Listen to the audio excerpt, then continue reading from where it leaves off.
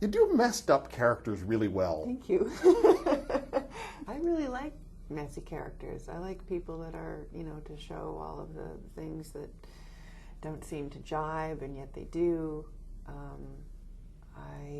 I like people who are living, it sounds so cliche, living on the edge, but people who are living at a crossroads, who don't know which end is up half the time and are concerned that they don't know how they're going to make it work. That they want to be something they aren't right now. People start thinking that character is about, what a person looks like or what their tastes are, but it's really, that's characterization, but real character is about what happens when somebody is up against the wall and being squashed and what they do under pressure. So to me, it's the most fun to write a character under pressure. Sammie is not living with either of her parents. Yeah, she has just left home because her mother, Marlene, is basically a really crappy hustler. She was never very good at it, and she tends to drink, and she's not focused, and her emotions get the better of her, and she usually wants to do things sort of quick and dirty rather than behaving like a professional, the way Sammie's father likes to do things. Sammie's father has been in jail. Her mother has become more and more depressed and is suicidal, and she doesn't feel like there's any point in being with Marlene anymore. If she's going to kill herself, she can do it on her own time. Sammie just, she feels like she's had it.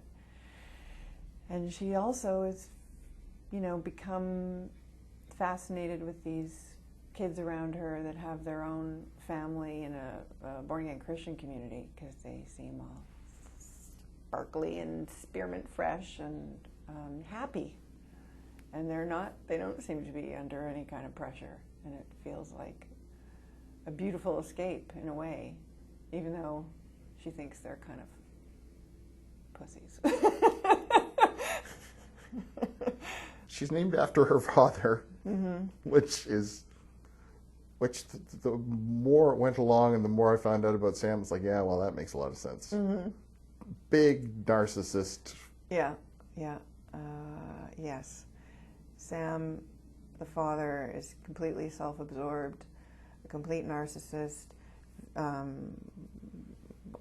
all concerned with making a buck, doing the smart hustle, doing things professionally, being a professional card sharp. Everything else can go to hell. Including his daughter. Including his daughter, yeah. Who, yeah, I really loathed and despised him by the end. For a while it was like, because he had kind of a, I don't know, I kept hearing the theme from The Sting playing in my head, and I was like, oh, lovable kind of con man sweeps in, but it just got...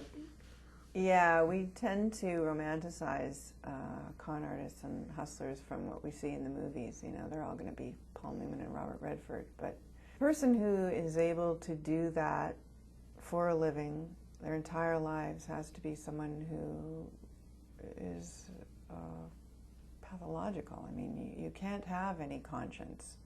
Otherwise, you'd be wincing all the time and worrying about, gee, I can't cheat this guy, he's a priest.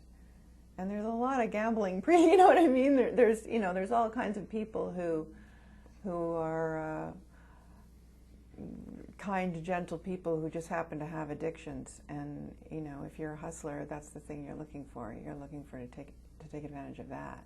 The last time I saw my father, about 8 years ago, he was asking me if I'd seen Rounders, and saying, in that movie, they make it seem like, the only guys who get taken are the bad ones, that, some kind of evil guy, but in real life it's the good ones that get taken. I took a lot of good guys, and I said, yeah, I know you did.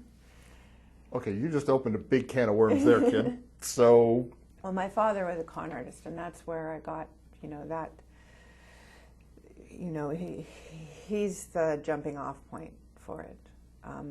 I never was involved in any of the hustles like Sammie. My mother was never a con artist, but she had always a taste for men that were walking on the wild side, if you will. So yeah, my father was a hustler. He's never had as he put it, I never carried a bologna bucket in my life. That line is his? Yeah. Yeah.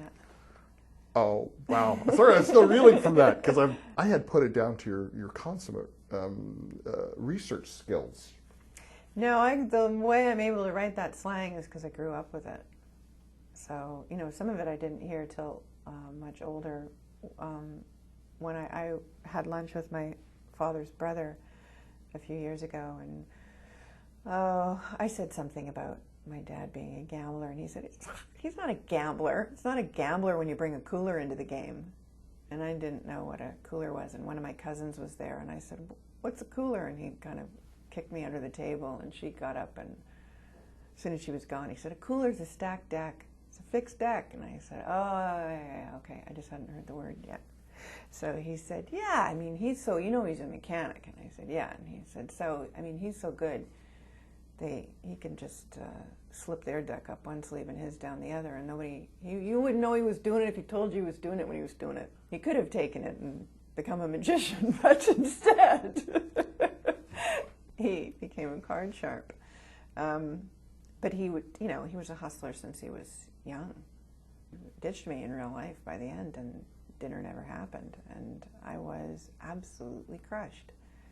But after enough time went by, I thought, well, he's the gift that keeps on giving. I may as well, maybe why not write it? One good hustle, one good book. Well done. Thank you very much. The book is One Good Hustle. I've been speaking with the author Billie Livingston, and One Good Hustle, published by Random House of Canada.